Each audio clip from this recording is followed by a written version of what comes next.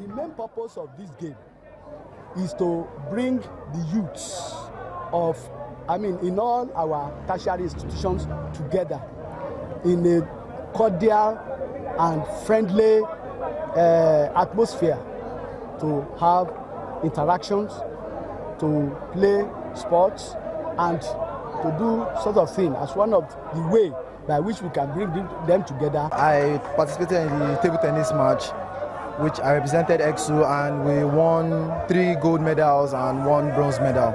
It was a very difficult match, but we tried our best and we came up top. But I don't think it should be a do or die affair. I believe we youth should be able to express our games, our love for the games, and just play it for fun. I feel very glad and happy because this is my first time of being a captain in Federal Polytechnic Ado-Ekiti. At last, I won the cup for Shiga 2016. I'm very happy. Okay, so there you have it. We're glad and excited. Yeah, of course. That's actually one for the future also. Yeah, let's hope they continue it. Yeah, it's all about sustaining it.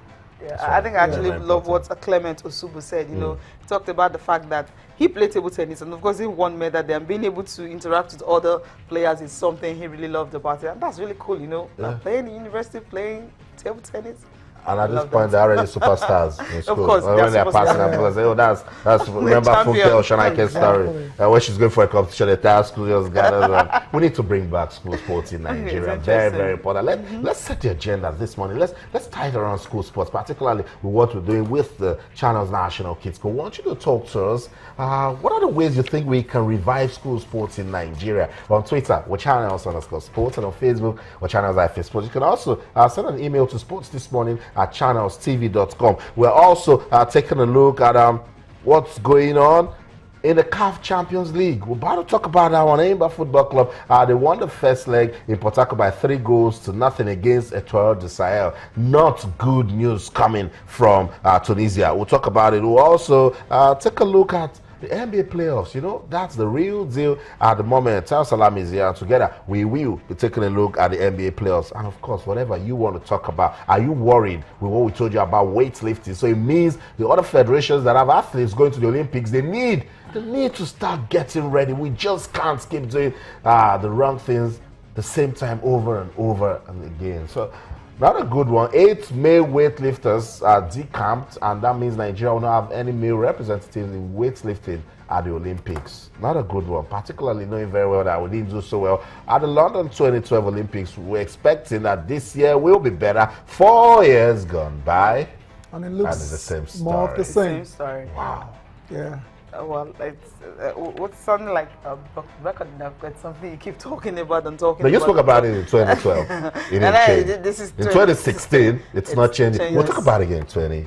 Not this kind of talk. I mean, the talk should be positive. But if the talk should be, we should be showing clips of athletes preparing and showing clips of the fact that there's. I get Austin's point. If the change doesn't come, keep talking until someone hears you and actually does something about it. Must hear. Optimistic. I think we can actually something will change because I believe. I brought the entire optimism I have for the boxing guys. For the boxing guys, I spent time with that team, but this is deeper than coming out to say we're training. We all know when they even went to camp. What about table tennis? We know the 4 players that have qualified now. What's the story? I talk about the OQT, the Olympic qualifying tournament for the D Tigers. Yeah. What's the story? Okay, Nothing. The story is that they're resuming camp May 1st. That's Federation's date. What's Sports Ministry's date?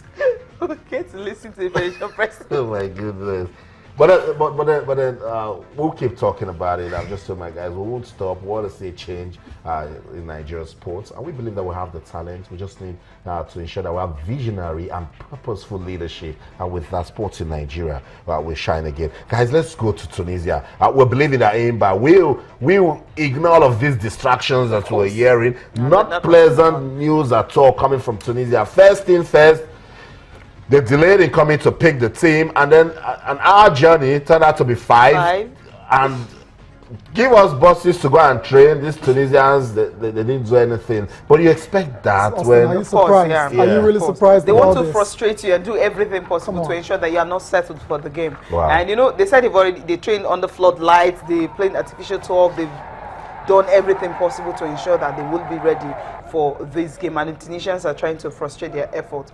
But Umfamodo, his first goal that he scored, a penalty, and players were not happy. Remember, after this game, all the officials refused to speak with the press. So it's like they were already upset. They were already planning what they want to do once they get home, and they've already started that. I just hope that they will ignore those things and go on the field of play and not just defend the 3 goals you've scored. Ensure you score 1 more to just teach them a lesson and tell you that, hey, we won this championship 2 times. You know what? We did it back to back. After waiting for the home team to bring buses that would take them training, they didn't see. Enyimba was forced to charter a fleet of taxi cabs. Yes. So they chartered that to take the team to their first training session after Tertiary refused to provide them with transportation. I hope we can see pictures. That's it right there. For this guy, he's making money. He's making money, but it's good business. Yeah, it's good business for him. But look at players and officials of Enyimba. They had to charter. No, the Confederation of African Football needs to do something about it. It doesn't speak good for African football. For the competition, It's the CAF Champions League. Yeah, that's and the we were even biggest. celebrating that for the first time. They want It's to start supposed to playing be at par with the UEFA Champions League. Exactly, and And Asian look Champions League. at what we're seeing. You never see anything like this in Asia, in Europe as well, in the Americas as well. So for it to still be happening in Africa, it's not a good one at all. The leadership of the CAF, of the Confederation of African Football, need to step up, and just nip this in the bud. It's not good enough. It's funny because yesterday we were celebrating the fact that for the first time Tuesday and Wednesday know, we're having midweek games, which we haven't had before. But all these mind games are expected. It's expected. But this is to the extreme. Let's go to Not like Tunisia. this. Felix Ayansiagu is the chairman of Enyimba Football Club of Aba. I'm sure he has a lot to say to us this morning. Good morning and welcome to the show. Hello. Good morning. Okay. We're just trying to understand the situation right there in Tunisia. Can you tell us what's really going on? Because we see players of Enyimba taking taxis to training. What other things has happened that we don't know? Well,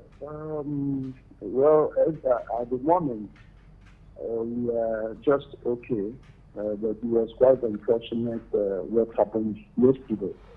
The attitude of our opponents throughout the Sahel is quite very unreasonable and unsportsmanship. It does not project what the football is all about. It is a fair play. We couldn't understand the reason why they had to do what they did by withdrawing the services that we are supposed to naturally get from them. It is an obligation that the host and the home team should provide, which we do also for them.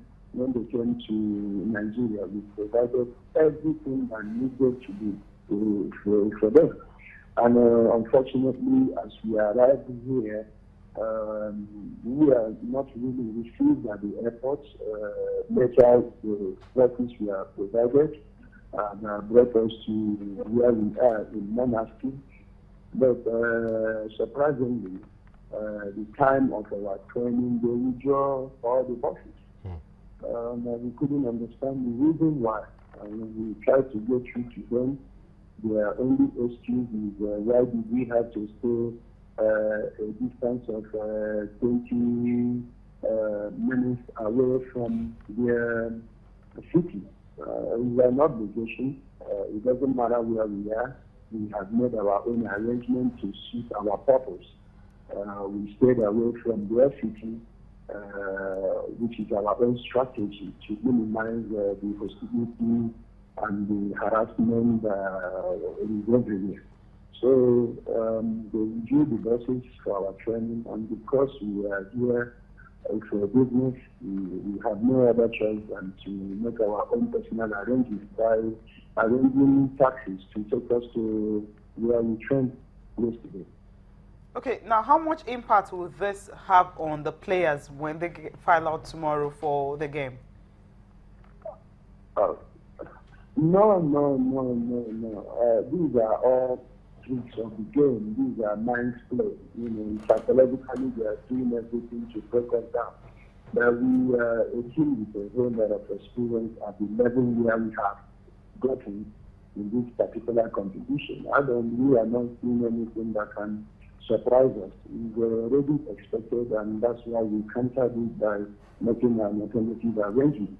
It's not like we don't know what to do. We have already organized ourselves. We stayed away from the city in order to put off any kind of outside pressure from their fans. So we are already taking precautions. The players are in good shape. Mental-wise, they are okay. Nothing has gotten up to them. We know what to do, and we are taking every step that we need to take in order to protect the mentality of our players and also refocus them to why we are here. Okay. Well, we hope that they should be able to play a better game tomorrow. The first leg was 3-0. Unformed, of course, getting a hat-trick in that one. So what are we going to expect from him this time around?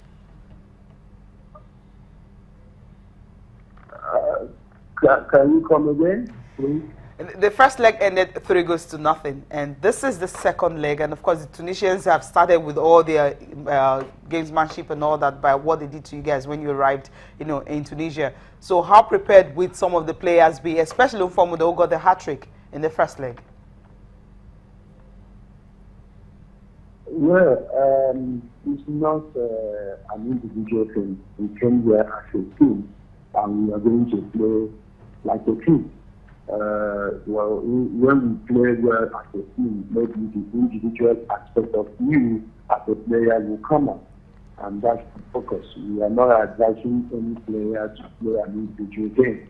We are here as a team, and we are going to play as a team. Okay, I want to wish the team all the best as they take on Etoile du Sahel of Tunisia tomorrow in the CAF Champions League. Thank you so much for speaking to us. So that's it. We said it. Just mind game shenanigans that's allowed in football. Go out there, stay focused, and get your win. Exactly. Stay focused. And don't allow all this off-field distractions. It gets to you. And these are seasoned campaigners. That's right. I mean, two-time champions. Felix ISC has been there, done it as well. So he knows how this part. Exactly. Like I said, they made their own arrangements already. They didn't. They were not stranded. Exactly, and so it's good to know that, and hopefully they see out the job tomorrow. I mean, with a 3-0 lead. Yeah, 3-0 is pretty convincing. If you want to concede, just take one. Yeah. If it's too bad, take two. No, don't take that. If it's too bad, score one. Just take two, score one. That's right. That's the balance right there. You see, that talks about the Olympics preparations. Well, some other federations are still preparing for the Olympics. Now, for basketball, we can parade two teams if we'll get to prepare well. Right. Now, remember the D Tigers, of course, they are already in it. For the girls, they will be starting the Olympic qualifiers in June. And according to Tijani Umar, the NBA president, it says May 1st, that's when they will resume camp. Let's listen to him. He also talked about how many players will be expecting at the Olympics.